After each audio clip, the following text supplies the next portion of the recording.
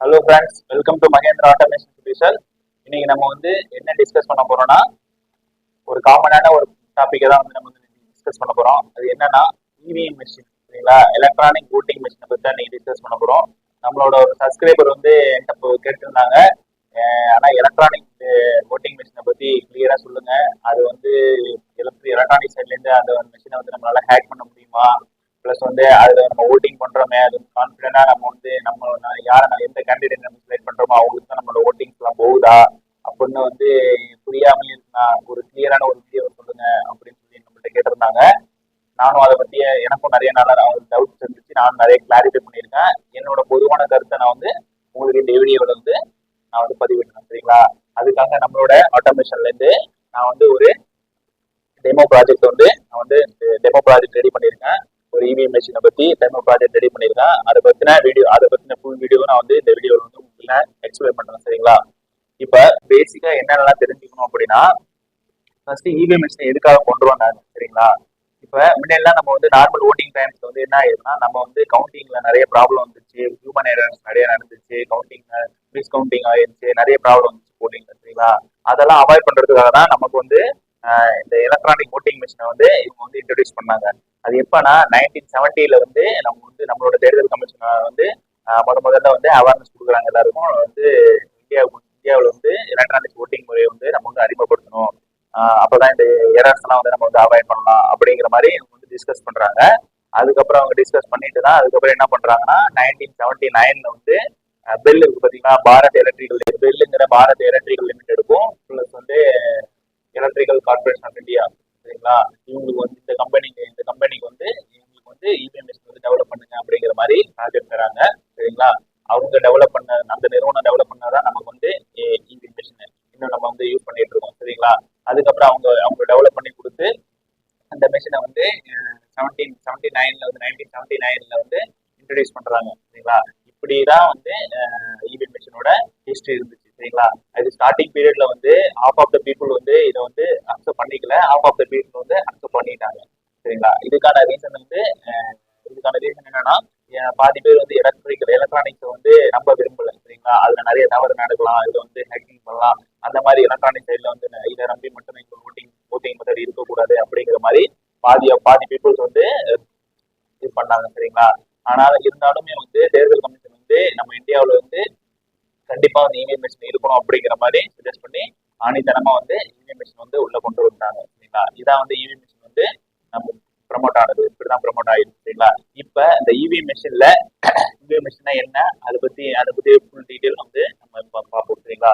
இப்ப பாருங்க, எக்ஸாம்பிள் இப்போ ஒரு இவிஎம் மிஷின்னா ஒரு இவிஎம் மிஷின் எடுத்துங்க. இப்ப பாருங்க, இதுதான் வந்து நம்ம நம்ம நம்ம ஆட்டோமேஷன்ல ரெடி பண்ணிருக்க டெமோ ப்ராஜெக்ட், சரிங்களா? Demo project. இப்ப பாருங்க, ஃபர்ஸ்ட்ல வந்து அதுல வந்து மூணு டிவிஷனா 3 யூனிட்ஸ் இருக்கு, சரிங்களா? ஃபர்ஸ்ட் யூனிட் வந்து நம்ம வந்து பேலட் யூனிட் சொல்லுவாங்க. செகண்ட் யூனிட் வந்து விவி பார்ட், சரிங்களா? விவி பார்ட். தேர்ட் யூனிட் வந்து கண்ட்ரோல் யூனிட், சரிங்களா? மூணு மூணு பார்ட் இருக்கு, சரிங்களா? இப்ப இது பேலட் யூனிட்ங்கிறது என்னன்னா, இப்போ வந்து நம்ம உள்ள என்டர் ஆனோடனே நமக்கு வந்து நம்மளோட கேண்டிடேட்ஸ் நேம் எழுதி அதுக்கு பக்கத்துல வந்து பட்டன்ஸ் இருக்கும், சரிங்களா? அதுதான் வந்து பேலட் யூனிட் சொல்லுவாங்க. நம்ம எந்த கேண்டிடேட் வந்து நம்ம வந்து செலக்ட் பண்றோமோ அவங்கள வந்து அவங்க பட்டன் ப்ரெஸ் பண்ணோம்னா அவங்களுக்கு உள்ள ஒரு இண்டிகேட்டர் வந்து ஆன் ஆகும். நமக்கு வந்து அவங்களுக்கு வந்து ஓட்டிங் ஆயிட்டுன்னு கன்ஃபார்ம் ஆயிடும், சரிங்களா? இது வந்து பேலட் யூனிட். அடுத்தது விவி பார்ட்டுங்கிறது என்னன்னா, voter verified paper audit trail, சரிங்களா? Voter verified paper audit trail அப்படி சொல்லுவாங்க. அது என்னன்னா, அந்த யூனிட் எதுக்காக யூஸ் பண்ணிருக்காங்கன்னா, இது வந்து 2010 தான் வந்து ஃபர்ஸ்ட் டைம் வந்து இன்ட்ரோடியூஸ் பண்றாங்க. ஏன் வந்து இதை வந்து இன்ட்ரோடியூஸ் பண்ணாங்க? அதுக்கு முன்னாடி தான் இவிஎம் வந்து டெவலப் ஆன அந்த ஸ்டார்டிங் பீரியட்ல தான் வந்து நமக்கு வந்து பேலட் யூனிட்டும் கண்ட்ரோல் யூனிட் மட்டும் தான் இருந்துச்சு, சரிங்களா? இப்போ வந்து கண்ட்ரோல் யூனிட்டை பத்தி நான் உங்களுக்கு சொல்லிடுறேன். கண்ட்ரோல் யூனிட் என்னன்னா, நம்ம வந்து பேலட் யூனிட்ல ஒரு ஓட்டிங் வந்து பட்டனை பிரஸ் பண்ணோம்னா அந்த ஓட்டிங் வந்து நம்ம மெமரி யூனிட்ல போய் ஸ்டோர் ஆகும், சரிங்களா? அந்த யூனிட்டுக்கு பேர் தான் நமக்கு வந்து கண்ட்ரோல் யூனிட் சொல்லுவாங்க. இதான் வந்து பேசிக்கான ஒண்ணு, சரிங்களா? இப்ப இந்த விவி பார்ட்டுங்கிறது என்னன்னா voter verified paper audit trial அப்படின்னு சொல்லுவாங்க. பேப்பர் ஆடிட் ட்ரையல் அது எதுக்காக கொண்டு வந்தாங்கன்னா, இப்போ வந்து நிறைய சர்ச்சைகள் ஆனிச்சு, சரிங்களா? ஸ்டார்டிங் பீரியட்ல வந்து ஓட்டிங் மிஷின் வந்து இவிஎம் மிஷின் வந்து யாரும் நம்ப விரும்பல, சரிங்களா? அதுல வந்து எல்லாரோட கொஸ்டின் என்ன வந்துச்சு, நான் வந்து ஒரு ஆளுக்கு ஓட்டிங் பண்றேன், அப்போ வந்து அந்த ஓட்டிங் வந்து கரெக்டா போய் நான் ஓட் பண்ணவங்களை தான் போய் சேருதா அப்படிங்கிறது எங்களுக்கு வந்து டவுட்டாவே இருக்கு. அது பத்தின கிளாரிபிகேஷன் எங்களுக்கு இல்ல அப்படிங்கிறது ஒரு அப்படி நாங்க எப்படி நம்புறது அப்படிங்கிற மாதிரி கொஸ்டின் சொன்னாங்க. அதுக்காக வந்து 2010 வந்து 2010 வந்து இன்ட்ரோடியூஸ் பண்ணதான் நமக்கு வந்து விவி பாட்டுக்கிறது. இதுல என்ன பண்ணோம், நம்ம எந்த கேண்டிடேட்டுக்கு வந்து ஓட்டிங் பண்றோமோ அந்த ஓட்டிங் வந்து ஒரு பேப்பர் அரேஞ்ச்மெண்ட்ல அவங்களோட சிம்பிள் வச்சு அந்த பேப்பர் அரேஞ்ச்மெண்ட்ல ஸ்லிப்பா நமக்கு வந்து வெளியில வரும் சரிங்களா, ஒரு பாக்ஸ்ல வந்து என்டர் ஆகும். அப்ப அந்த அந்த வெரிஃபிகேஷன் ஷீட்டை பார்த்தோன்னே நம்ம வந்து ஓட் பண்றோம், நமக்கு வந்து கான்பிடன்ட் வரும். சரி ஓகே, நம்ம ஓட் பண்ணவங்களுக்கு தான் ஓட்டிங் வந்து போய் சேர்ந்திருக்கு அப்படிங்கிற மாதிரி ஒரு கான்பிடன்ஸ்க்காக நமக்கு வந்து இந்த விவி பாட்டை வந்து கொண்டு வந்தாங்க. பிளஸ் வந்து ஓட்டிங் ஃபுல்லா முடிஞ்சதுக்கு அப்புறம் பூத்ல வந்து நம்ம கவுண்டிங் ப்ராசஸ் அப்ப நம்மளோட பேலட் யூனிட்டோட நம்மளோட கண்ட்ரோல் யூனிட்ல உள்ள ஒரு கவுண்டிங்கும் பிளஸ் வந்து விவி பாட்ல உள்ள பேப்பர் அந்த பேப்பர் அரேஞ்ச்மெண்ட் பாத்தீங்களா, பேப்பர் ஸ்லிப் போட்டு பாத்தீங்களா, அந்த சீட்டையும் கவுண்ட் பண்றப்ப கிராஸ் டாலி பண்றப்ப ஈக்குவலா இருக்கும் அப்படிங்கிற மாதிரி வெரிஃபிகேஷன் ப்ராசஸ்க்காக நம்ம வந்து இந்த விவி பாட்டை வந்து யூஸ் பண்ணோம் சரிங்களா.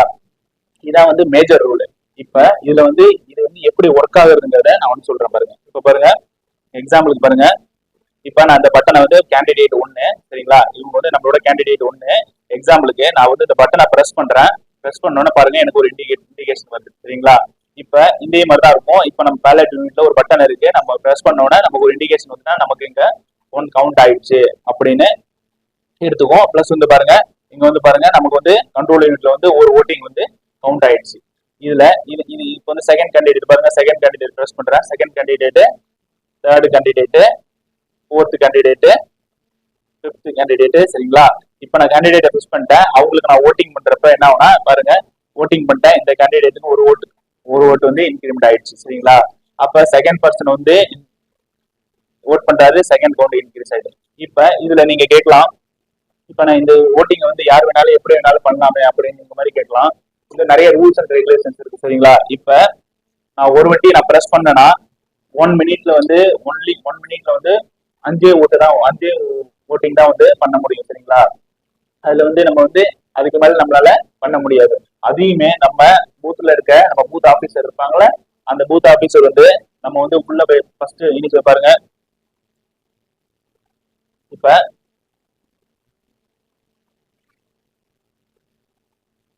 இப்ப பாருங்க, இப்ப வந்து ஃப்ரீயா ஃபுல்லா வந்து 0-0 கண்டிஷன்ல இருக்கு சரிங்களா. இப்ப நம்ம வந்து பூத்துக்கு போயிருப்போம். பூத்துக்கு போன உடனே என்ன ஆயிடுனா, நம்ம வந்து என்டர் ஆறப்ப நம்மளோட பூத் ஆபீசர் வந்து ஃபர்ஸ்ட் நமக்கு வந்து அவங்களோட கண்ட்ரோல் யூனிட்ல அவங்களோட கண்ட்ரோல் பர்பஸ்க்காக ஒரு யூனிட் கொடுத்துருப்பாங்க. அந்த யூனிட்ல வந்து பேலட்ங்கிற ஆப்ஷன் இருக்கும் சரிங்களா. அவங்க எப்ப வந்து பேலட் ஆப்ஷனை வந்து எனேபிள் பண்றாங்க, இதான் அந்த பேலட் ஆப்ஷன் சரிங்களா. அந்த பேலட் ஆப்ஷனை வந்து எனேபிள் பண்ணதுக்கு அப்புறம் தான் நமக்கு வந்து ஒரு ஓட்டிங் வந்து நமக்கு வந்து எனேபிள் ஆகும். அதுக்கப்புறம் அவங்க பேலட்டை எனேபிள் பண்ண பிறகுதான் நம்ம போயிட்டு கவுண்ட் பண்ண பிறகு நம்மளோட ஓட்டிங் வந்து இங்க வந்து இன்க்ரீஸ் ஆகும் சரிங்களா, ஆட் ஆகும். அதே மாதிரி அது மாதிரி இன்னொரு விஷயம் இருக்கு, நம்ம வந்து ஒரு ஒன் மினிட்ல ஒன்லி 5 ஓட்டிங் மட்டும் தான் நம்மளால வந்து கொடுக்க முடியும் சரிங்களா. ஒரு நிமிஷத்துக்கு 5 பேர் மட்டும் தான் ஓட்டிங் பண்ண முடியும், அதை மட்டும் தான் அதுல வந்து கவுண்ட் ஆகும் சரிங்களா. இது வந்து கண்ட்ரோல் யூனிட். நம்ம இந்த நம்ம கவுண்ட் பண்ணோம்னா ஒரு ஓட் ஆயிட்டுனா நமக்கு வந்து இந்த விவி பாட்ல ஒரு பிரிண்டிங் வந்து இது வந்து ஜஸ்ட் ஒரு பிரிண்டிங் மிஷின் மாதிரி தான். நமக்கு என்ன ஸ்லிப்போ நமக்கு வந்து யாருக்கு ஓட் பண்ணமோ அவங்களோட பிரிண்டிங் வந்து நமக்கு வந்து ஸ்லிப் கிடைச்சிடும் சரிங்களா. அப்போ வந்து நமக்கு வந்து கன்ஃபர்மேஷன் கிடைச்சிருச்சு.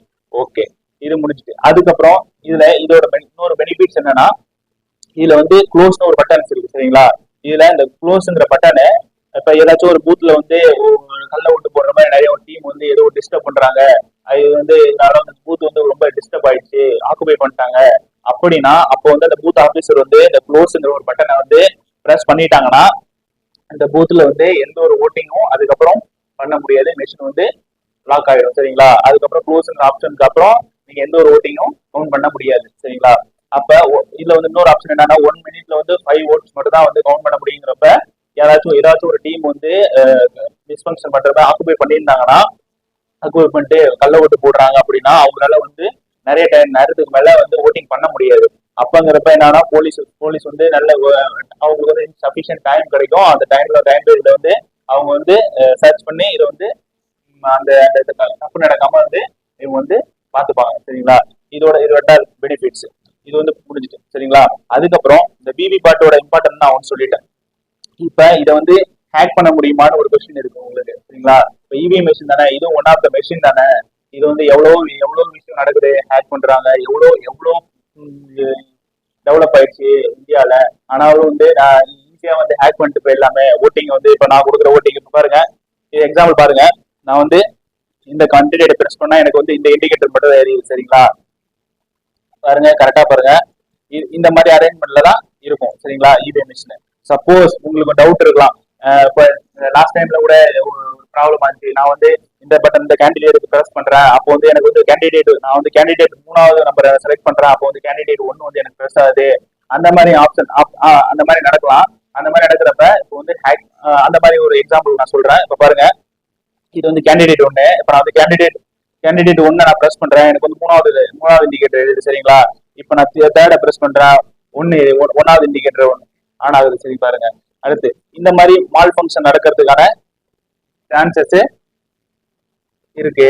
அப்படிங்கிற மாதிரி நீங்க வந்து ஃபீல் பண்ணீங்கன்னா அதுக்கான இது நான் சொல்லிடுறேன். இப்போ வந்து நான் ஒரு எக்ஸாம்பிள் காட்டுறதுக்காக தான் இவிஎம் மிஷின்ல இந்த மாதிரி ஒரு சுச்சுவேஷன் வருது, இந்த மாதிரி மால் ஃபங்க்ஷன் நடக்குது அப்படின்னு நீங்க டவுட் இருந்துச்சுன்னா அது ஏன் அது நடக்கிறதுக்கான சான்சஸ் இல்லை அப்படிங்கிறத நான் வந்து உங்களுக்கு எக்ஸ்பிளைன் பண்றேன், ஓகேங்களா?